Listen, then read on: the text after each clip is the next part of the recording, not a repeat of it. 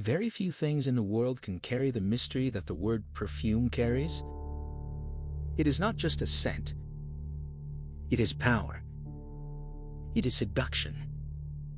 It is the invisible thread that has connected gods, kings, killers, and lovers across 4,000 years of human history. Before perfume, there was smoke. Sacred, curling, intoxicating smoke rising from temple altars toward gods who demanded to be pleased.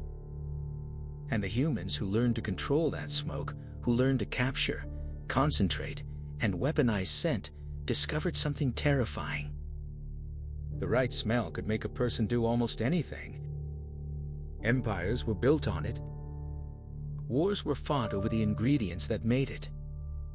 Queens used it as a weapon more deadly than any sword.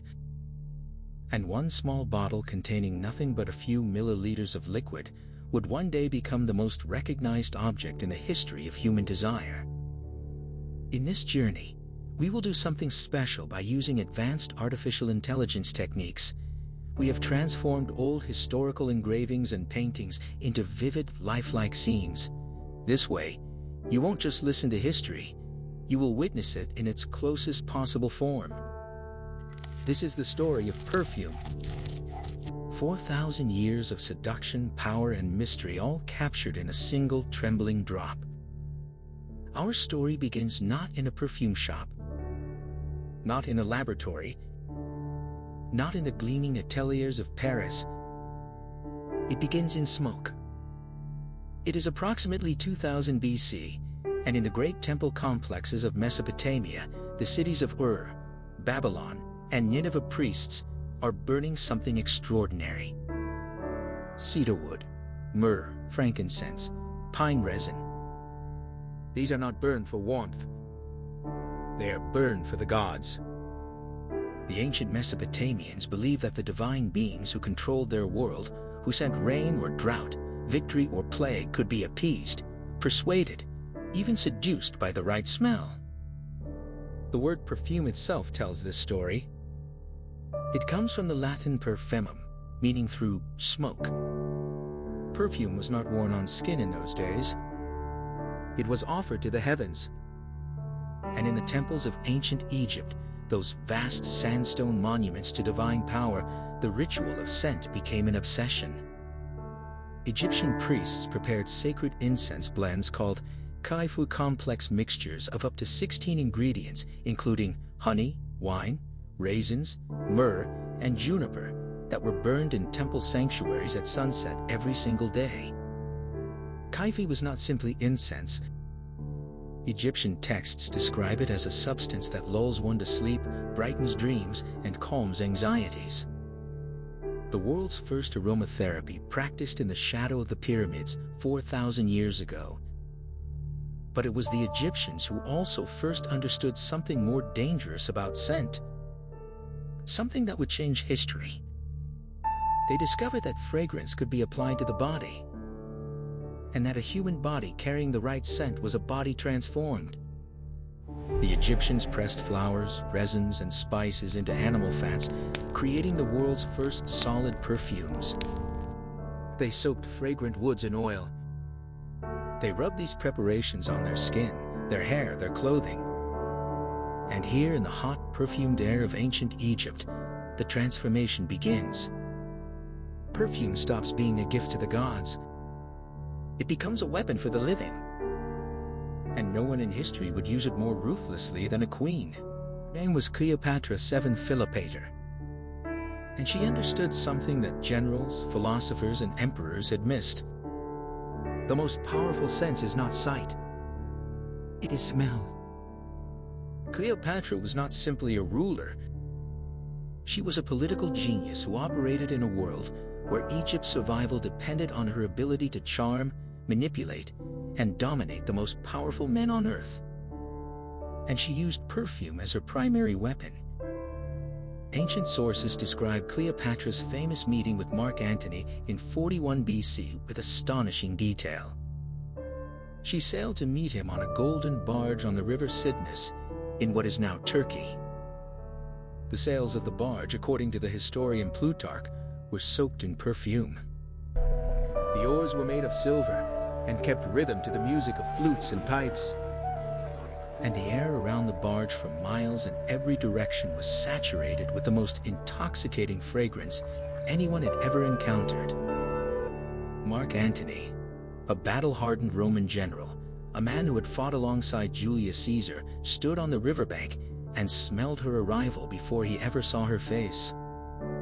The scent hit him like a physical force. The crowds lining the riverbank reportedly rushed toward the water drawn by the smell, leaving Antony standing alone in the marketplace. It was Cleopatra who had emptied the city. With perfume, Cleopatra's personal fragrance, a complex blend of cinnamon, cardamom, green olive oil, and the resins of the Mediterranean coast, was so distinctive, so powerful, that ancient writers described it as capable of altering the mood of everyone in a room. She applied it to the sails of every ship in her fleet. She soaked the floors of her palace in rose water. She wore it on her skin, her hair, her hands, understanding instinctively what modern neuroscience has now proven. That smell bypasses rational thought entirely. It goes directly to the oldest, most primitive part of the human brain, the limbic system, the part that controls emotion, memory, and desire. Cleopatra was not appealing to reason. She was not making arguments. She was making men feel things they could not explain and could not resist. Julius Caesar, the most powerful man in the world, became her devoted ally. Mark Antony, the second most powerful man in the world, abandoned his Roman wife, his political career, and ultimately his life for her. Some historians attribute this entirely to her intelligence and political skill. But the ancient sources are consistent. The smell came first. The surrender came second. The Greeks were the first to transform perfume from a sacred ritual into a commercial trade.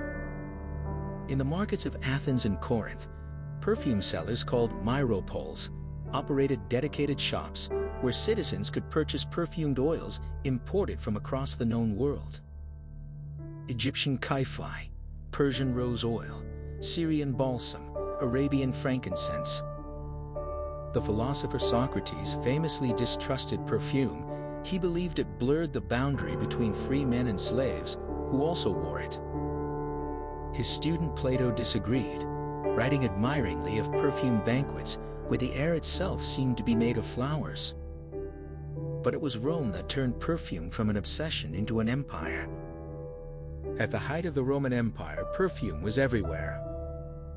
Roman citizens bathed in perfumed water. They rubbed perfumed oils on their bodies after the baths. They perfumed their clothes, their horses, their furniture, their walls. The Emperor Nero, perhaps the most extravagant ruler in Roman history, reportedly spent the modern equivalent of millions of dollars on a single banquet. The ceiling of his dining room was fitted with hidden panels that slid open during dinner, releasing cascades of rose petals soaked in perfume that showered his guests from above. The ancient writer Pliny the Elder complained bitterly that Rome was spending more on perfume than on its armies. He was not entirely wrong. Rome imported frankincense, myrrh, cinnamon, and pepper from Arabia, India, and East Africa, paying for them in Roman gold that drained the imperial treasury. Pliny estimated that the perfume trade cost Rome 100 million sesterces a year.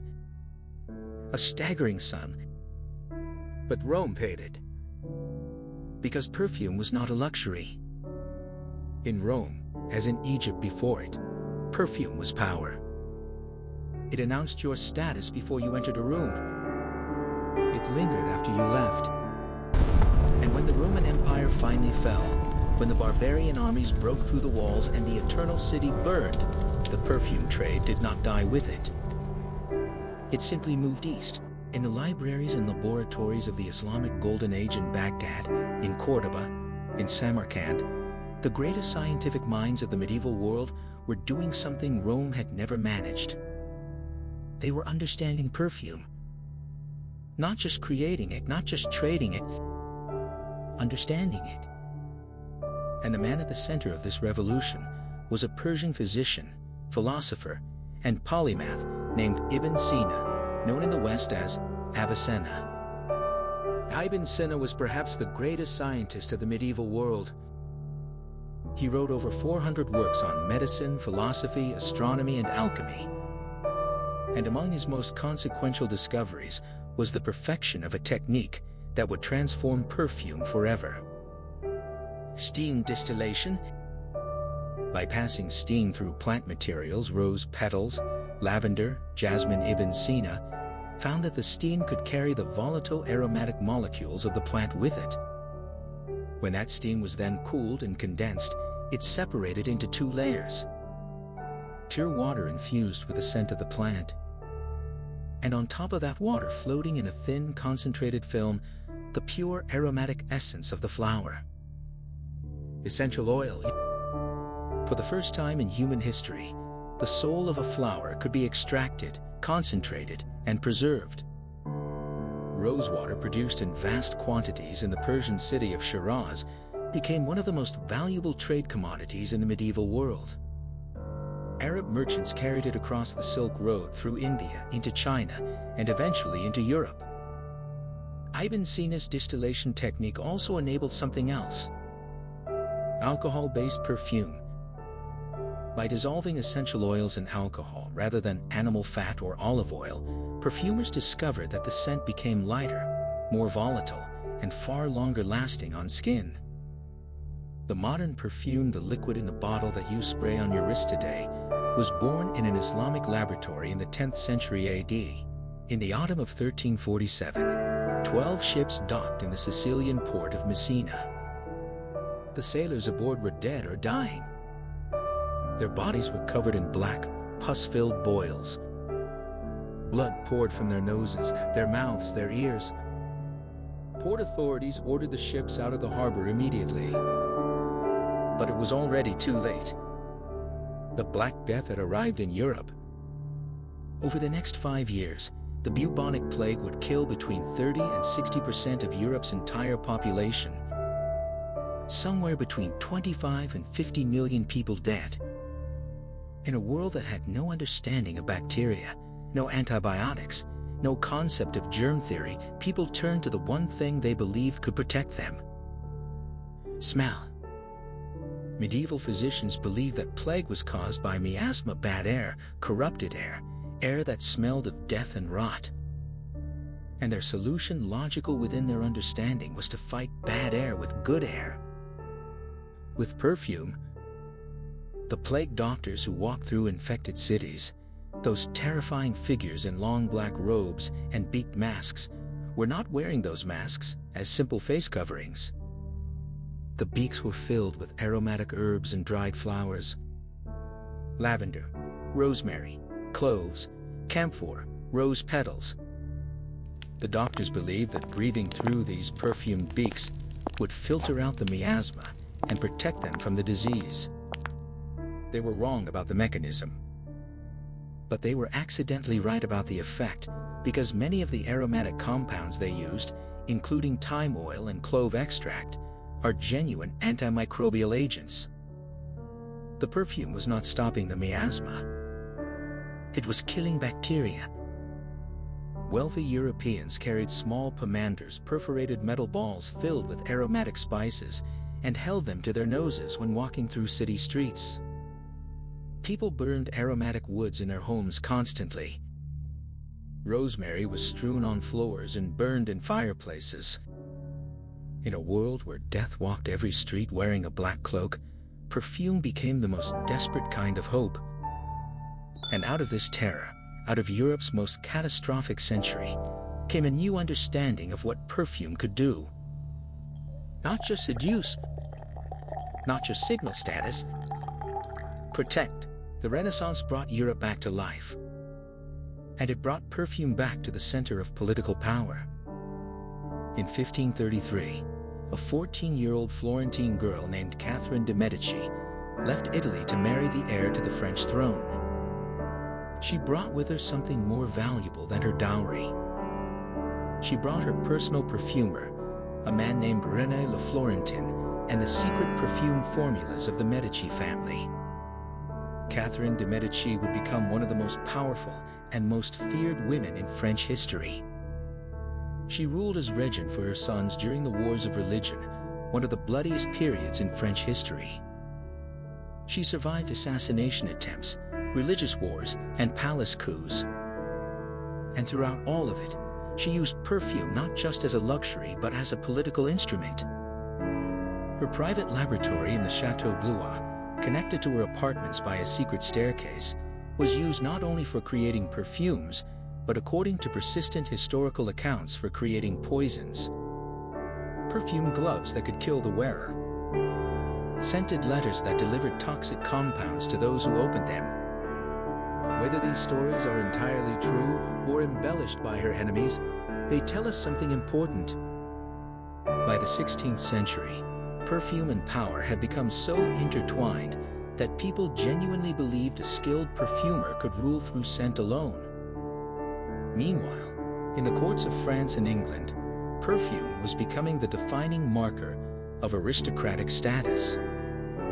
The court of King Louis XIV, the Sun King at Versailles, was perhaps the most perfume-saturated environment in human history. Versailles had no adequate plumbing. The palace famously smelled terrible.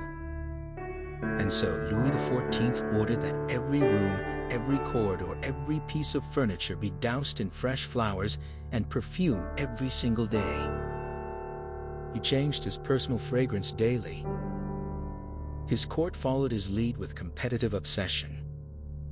The aristocracy of Versailles spent fortunes on perfume, competing to smell more powerfully, more expensively, more distinctively than one another. Versailles was not just a political court, it was a perfume competition. And France, which had the flowers, the chemists, and the royal patronage, was becoming the undisputed capital of the perfume world.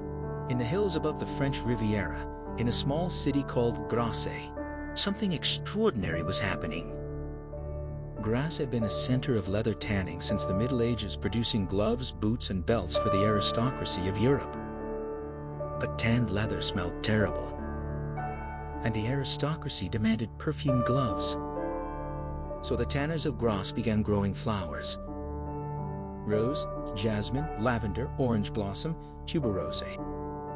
The microclimate of Grasse, warm, sheltered from the cold northern winds by the Alps, cooled by Mediterranean breezes, turned out to be uniquely perfect for growing aromatic flowers.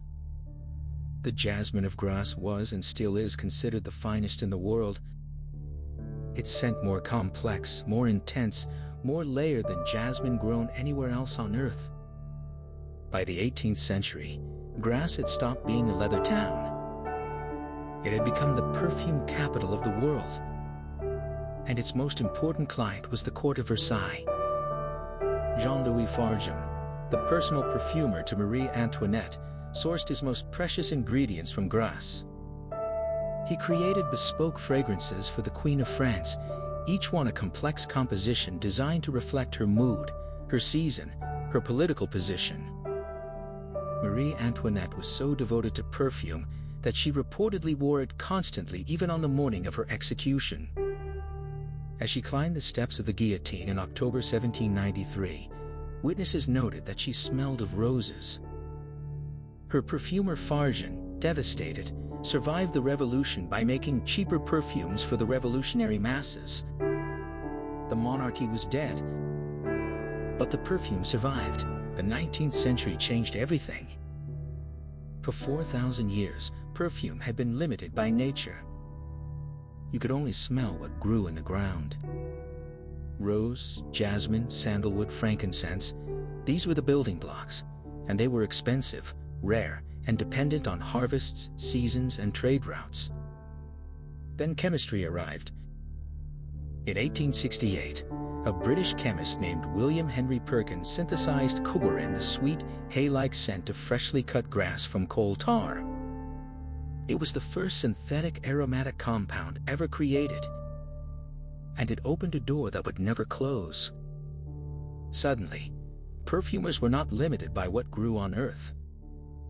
They could create entirely new scents that existed nowhere in nature, from chemicals in a laboratory. In 1882, the French Perfume had begun to release the Fougue Royale, the world's first perfume built around a synthetic ingredient. It smelled like nothing that had ever existed before. Not a flower, not a wood, not a resin. Something new. Something invented. The perfume world was never the same. And as synthetic ingredients made production cheaper, perfume for the first time in 4,000 years began to reach people beyond the aristocracy. Middle-class women in Paris and London could now afford to smell like queens. The democratization of desire had begun. It is 1920. A French fashion designer named Gabrielle Bonheur Chanel, known to the world as Coco, has already revolutionized the way women dress. She has liberated them from corsets. She has given them trousers. She has made simplicity more powerful than ornament. Now she wants to do the same for perfume. She approaches a young Russian-French chemist named Ernest Bose, formerly the perfumer to the Russian imperial court, and gives him an instruction that sounds almost impossibly simple. I want a woman's perfume that smells like a woman. Not like flowers. Not like a garden. Like a woman. Bose went to his laboratory and created a series of samples numbered 1 through 5 and 20 through 24. Coco Chanel smelled each one. She chose number 5. Chanel number 5 was released in 1921 and immediately broke every rule that perfume had ever followed. It contained over 80 ingredients, an almost unheard of complexity. It was built around aldehyde synthetic molecules that gave the fragrance an abstract, shimmering, almost metallic quality that had never appeared in perfume before. It smelled like nothing natural. It smelled like modernity itself. The bottle, clean, geometric, utterly without ornament, was as revolutionary as the scent inside it. And then 3 decades later, a single sentence made it immortal. In 1952, a journalist asked Marilyn Monroe what she wore to bed. She smiled that smile and said, "Just a few drops of Chanel No. 5. Overnight, Chanel No. 5 stopped being a perfume. It became a myth. It became desire itself, bottled, stoppered, and placed on a dressing table. Today, a bottle of Chanel No. 5 is sold somewhere in the world every 30 seconds. Every 30 seconds. For over a century, the same formula with only minor adjustments has remained the best-selling perfume on Earth. And now here we are. The global perfume industry is worth over $50 billion a year. $50 billion for scent. For molecules dissolved in alcohol, sealed in glass, and sprayed on human skin. The perfume houses of Paris Chanel, Dior, Guerlain, Hermès employ teams of scientists called noses, who train for years, sometimes decades, to develop the ability to identify and manipulate thousands of individual aromatic compounds. A master perfumer, a Grand Nez, can identify over 3,000 different scent molecules by smell alone. They are among the most valuable, most secretive professionals on Earth. And now, for the first time in history, they have a new collaborator. Artificial intelligence. AI systems are now being trained on the chemical structures of thousands of aromatic compounds, learning the relationships between molecular structure and perceived smell. They can suggest entirely new molecules, scents that no human nose has ever imagined, and predict how they will be perceived before they are ever synthesized. The first AI-designed perfumes are already on the market. The ancient art of the perfumer, practiced by temple priests in Babylon 4,000 years ago, is now being reinvented by machine learning algorithms in laboratories in Geneva and New York. But here is what has not changed. What will never change? When you open a bottle of perfume, when that first invisible cloud of molecules reaches your nose and travels to the oldest part of your brain, You do not think. You feel. You remember. A person, a place, a moment that you thought was gone forever. Because scent is the only sense with a direct neural pathway to memory and emotion. The priests of Babylon knew this. Cleopatra knew this. Coco Chanel knew this. And 4,000 years of human history have been shaped by this one extraordinary, invisible truth. The right smell can make a person do almost anything. This is the story of perfume. From the sacred smoke rising toward the gods of Mesopotamia, to the perfume sails of Cleopatra's golden barge on the river Cydnus, to the beaked masks of plague doctors walking through cities of the dead, to the secret laboratory of Catherine de' Medici, to the flower fields of Grasse, golden in the morning sun, to the clean geometric bottle that Coco Chanel placed on a dressing table in Paris in 1921, to the $50 billion industry that sells desire bottled to a world that cannot get enough of it. It is a story about power, about the oldest, most primitive part of the human mind, and the humans who learn to reach inside it. About the invisible force that has moved kings, toppled empires, and made ordinary people feel for just a moment like something more than ordinary. The next time you spray perfume on your wrist, the next time you smell something that stops you cold, that takes you back to a moment, a person, a place, remember the temple priests of Babylon burning their sacred smoke at sunset.